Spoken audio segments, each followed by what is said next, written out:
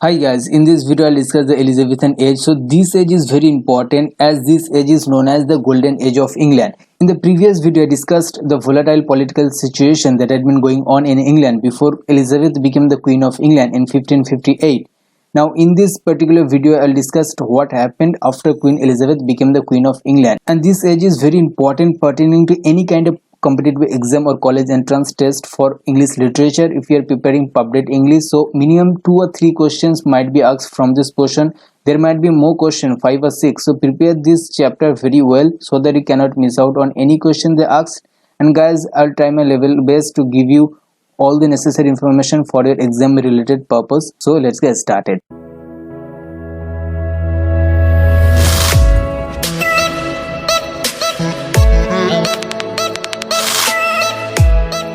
In 1558, when Elizabeth became the Queen of England, she was virgin and till 1603 throughout her reign she remained virgin and she never married anyone. And the reason why she didn't marry anyone, there are several opinions by several critics. So some argue that she was molested at her early age, and some also argue that the kind of behavior she witnessed while growing up as a child by her father to her mother.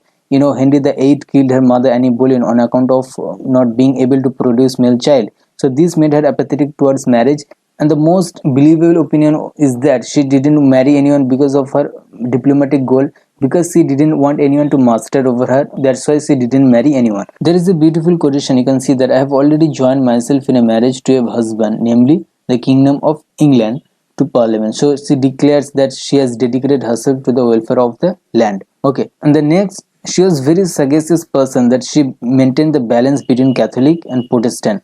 As you have seen in the age of Mary, so she was Catholic, and just because of that she didn't want the wave of Protestantism that was going on in England, and she killed so many Protestants on account of being a Catholic herself. Okay, Elizabeth didn't repeat that, and she declared herself as the supreme governor of the Church of England. Okay, so she was very sagacious pertaining to it. Next is the advancement in agriculture. So because of this political stability, so advancement in agriculture happened, and England became the massive supplier of wool, and a significant exploration in scientific knowledge and art flourished. So Elizabeth welcomed the wave of Renaissance that was spreading from Italy, and because of this wave of Renaissance in England, the scientific growth in the field of art, everything developed. Okay, overseas exploration.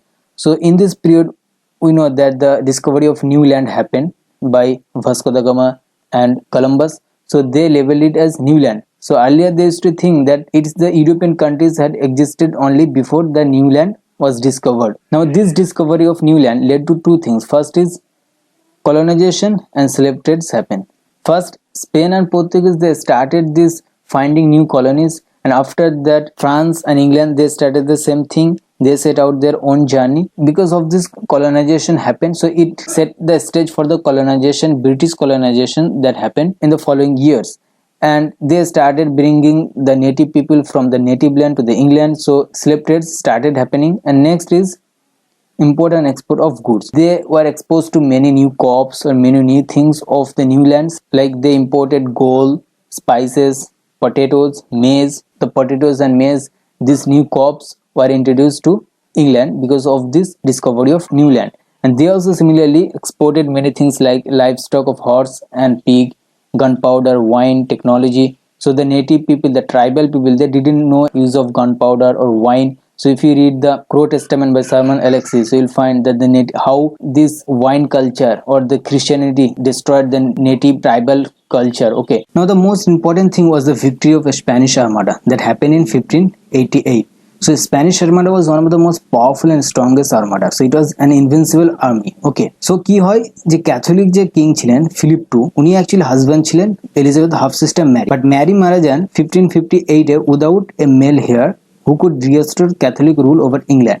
Mary ছিলেন Catholic, so Mary সবসময় ক্যাথলিককে support করতেন এবং প্রোটেস্ট্যান্টদেরকে দমন করতেন। ওকে, so Philip তখন কি করেন, he came up with a bright idea of sending marriage proposal to Elizabeth. Elizabeth was sagacious person, তো উনি বুঝতে পেরে গেছিলেন যে উনি যদি ম্যারি করেন দেন স্বাভাবিকভাবে উনি ডমিনেট করার চেষ্টা করবেন ফিলিপ II, এবং ক্যাথলিসিজম আবার ইংল্যান্ডে আসবে, আবার এরকম যুদ্ধ বিগ্রহ হবে। That's why she rejected this proposal. তখন ফিলিপ II আবার সেন্ড করেন, but again she rejected this proposal, and these led Philip to wage war against England. So war শুরু হয়ে যায়, বাট তখন এলিজাবেথ কি করেন, উনি আর্মি প্রস্তুত করেন এবং তিনি খুব ভালোভাবে অর্গানাইজ করেন। By her fiery speech, the sex to which I belong is considered weak and you will nevertheless find me rock that bends to no end. I know I have the body but of a weak and feeble woman, but I have the heart and stomach of a king and of a king of England too.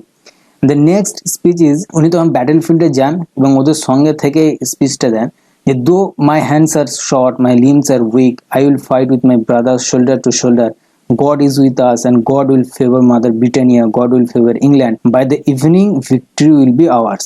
And এই যে কথাটা, by the evening victory will be ours, ওনার শেষ ম্যাচে ওরা জিতেই যায়, England জিতে যায় এবং এই ইভিনিং এ দিয়ে একটা বড় স্টর্ম বা ঝড় আসে, যার কারণে যে স্প্যানিশ আর্মাডা তছনছ হয়ে যায়।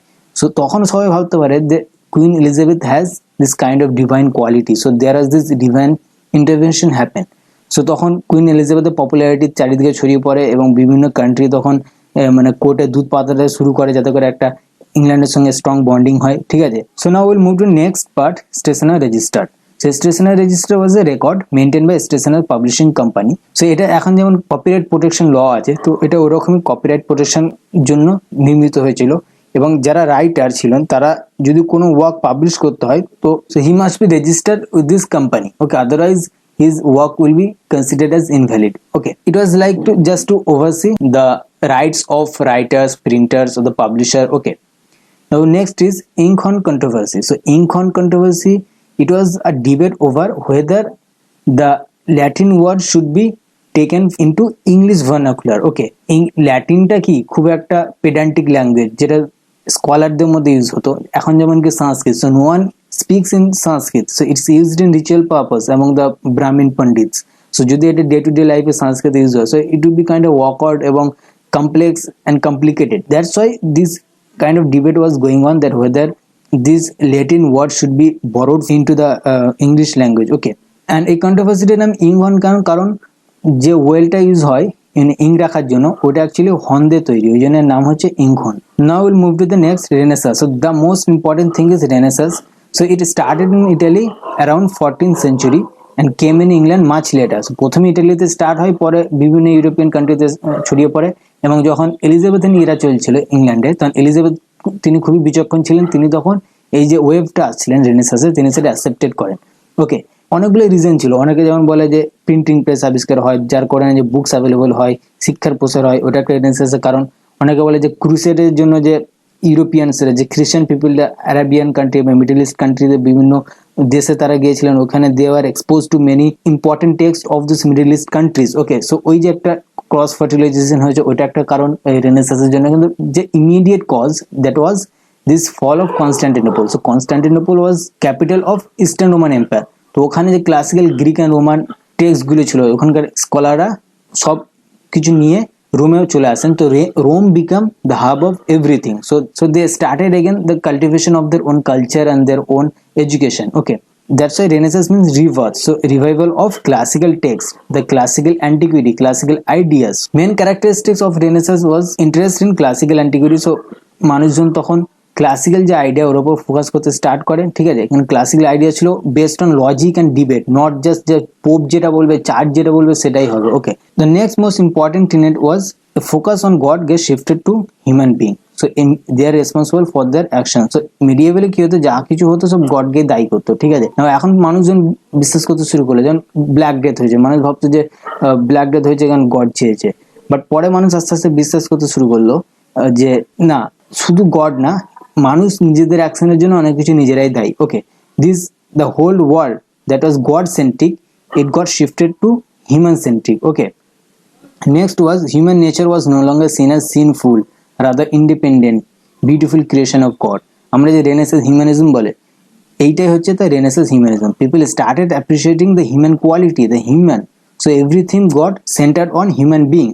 তো তারা বলতে শুরু করে let God be above the world and we should be in the center of the world. So you have to focus on the human being. যে individual importance, যেটা সবকিছু আগে কি মানুষের যে ইন্ডিভিজুয়াল যে ইম্পর্টেন্স, সেই জিনিসটা ছিল না, এখন থেকে তারা সেই জিনিসটা স্টার্ট করতে শুরু করলো। নেক্সট হচ্ছে rebirth of naturalism in painting. Now এটা হচ্ছে সব থেকে পেন্টিং এর মধ্যে দেখা যায় মাইকেল অ্যাঞ্জেলো পেন্টিং তোমরা যদি দেখো, মানে আগে যেমন মেডিয়েভেল এজে কি হতো, in medieval days the human body was regarded as being sinful, smelly, disgusting, therefore it was to be covered at all times. Michael Angelo painting যদি দেখো তো মাইকেল অ্যাঞ্জেলের যে নিউড যে পিকচারগুলো আছে, যেটা সিস্টেন চ্যাপেলে তোমরা দেখতে পাবে যে ডেভিডের যে নিউড পিকচারটা আছে, তো he started appreciating the form of human being, okay, the body frame of human being. তারপরে লিওনার্দো দা ভিঞ্চির যে ওয়ার্ক ভিট্রুভিয়ান ম্যান, যেটা একটা ইউনিভার্সাল ম্যানকে রিপ্রেজেন্ট করে, ওকে, so he expressed how a spread eagle human body fits into a perfect circle, and he did this with its arms stretched out into a perfect square. Now next focus on non-religious theme. তো আগে কি হতো যে সবসময় যে কোনো painting religious বেসে করা হতো, এখন থাকতে কি নন রিলিজিয়াস এর থিম হয়, যে ম্যারেজকে সেলিব্রেট করে কোনো কোনো একটা পিকচার, এখানে তোমরা যে পিকচারটা দেখতে পাচ্ছ যে এটা অ্যাকচুয়ালি ম্যারেজকে সেলিব্রেট করছে বা ম্যারেজকে অ্যাপ্রিসিয়েট করছে। তো এই ধরনের নন রিলিজিয়াস বা সেকুলার যে থিম আছে, তো ওই থিমগুলো এবার আস্তে আস্তে লিটারেচার বা পেন্টিং এইসব জিনিসগুলো তো আস্তে আস্তে শুরু করলো। না তোমরা এই পেন্টিংটা যদি দেখো, দ্য ক্রিয়েশন অফ অ্যাডাম, এখানে তোমরা দেখতে পাচ্ছ যে মাইকেল অ্যাঞ্জেলো এই যে উনি হচ্ছে এই পেন্টিংটা করেছেন, এটা তোমরা আগেও দেখেছো হয়তো। তো he placed Adam in natural landscape as a natural man, God himself is depicted as human form, এখানে যে গডের ফর্মটা পুরো একজন হিউম্যান বিং লাগছে, and the God is surrounded by very human like angels. এই যে চেঞ্জ, সবকিছু হিউম্যান সেন্ট্রিক যে একটা চেঞ্জ, এটা সব থেকে ইম্পর্টেন্ট। যে Leonardo Vinci's the Last Supper, ওখানে he shows Jesus as a man with no heavenly features at all. Okay, so I hope you have understood it. So Renaissance main theme হচ্ছে এটাই। Next যে ভিডিওতে Renaissance যে theatre, Renaissance যে play, এই others যে writers, ওই ব্যাপারে ডিসকাস করবো, Marlowe, Shakespeare. Okay, so if you have any question you can let me know in the comment section below. Thank you.